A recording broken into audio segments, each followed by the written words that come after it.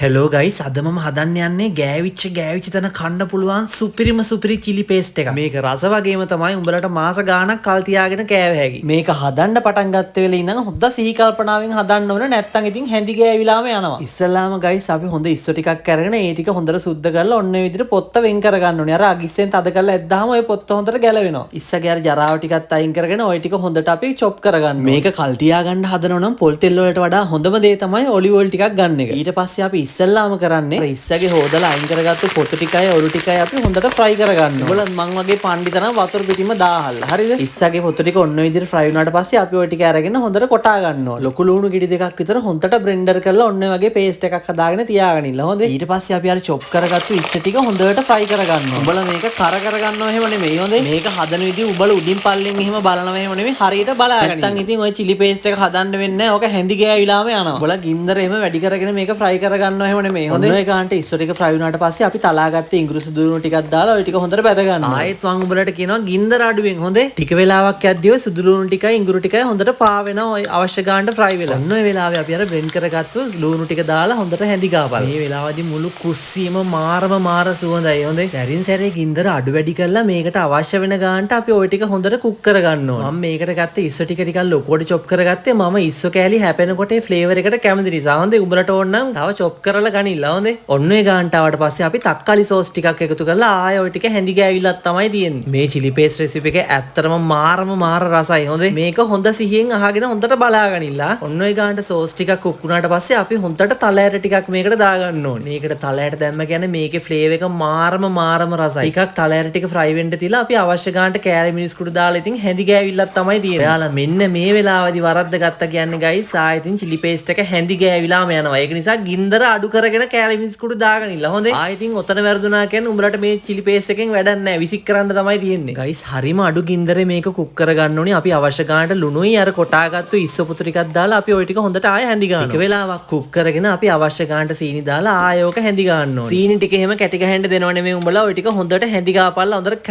Caramel වෙනකම්. මේ Chile oil එකෙන් මාර වැඩ ගන්න පුළුවන්. හොඳේ. ඒක නිසා උඹලා ලෝභ නැතුව තෙල් දාගෙන ඉන්න. හොඳේ. මං කියන විදිහට කරහල්ලා එතකොට මේ චිලි පේස්ට් එක ලස්සන රතු පාටකට ගන්න පුළුවන් වගේම තමයි මේ චිලි ඔයිල් එක මාරම කලහයකට ගන්න පුළුවන්. ගොඩක් අය කියනවා මට මූණ පෙන්නන ගමන් වීඩියෝ කරන්න කියලා. මට උඹලට මූණ පෙන්නන්නයි ලුණු සුද්ධ කරන්නයි එළවලු උඩ දාන්නයි විකාර කරන්න වෙලාවක් නැහැ ඇත්තටම. ඒව එඩිට් කර ඉන්න ඇත්තටම මට උඹලට වගේ වෙලාවක් නැහැ. මට ඕනි මට රසට හදන්න පුළුවන් රෙසිපි කිසිම ලෝභකමක් නැතුව උඹලටත් ඒ විදිහටම හදන්න කියා දෙන්න. මූණ ඕනේ නැහැ. උඹලා මගේ රෙසිපි හදවතේ මතක තියාගෙන ඉල්ලකෝ. මට ඒ හොඳට ඕම ඇති. ලිපෙන් බාපු ගමන් හැඳි ගෑවිල්ල එහෙම නතර කරන්න එපා. එහෙම වුණොත් එහෙම සීනි ආයෙ කැටි ගහෙන්න බලනවා. හොඳටම චිලි පේස්ට් එක නිමුණට පස්සේ මේ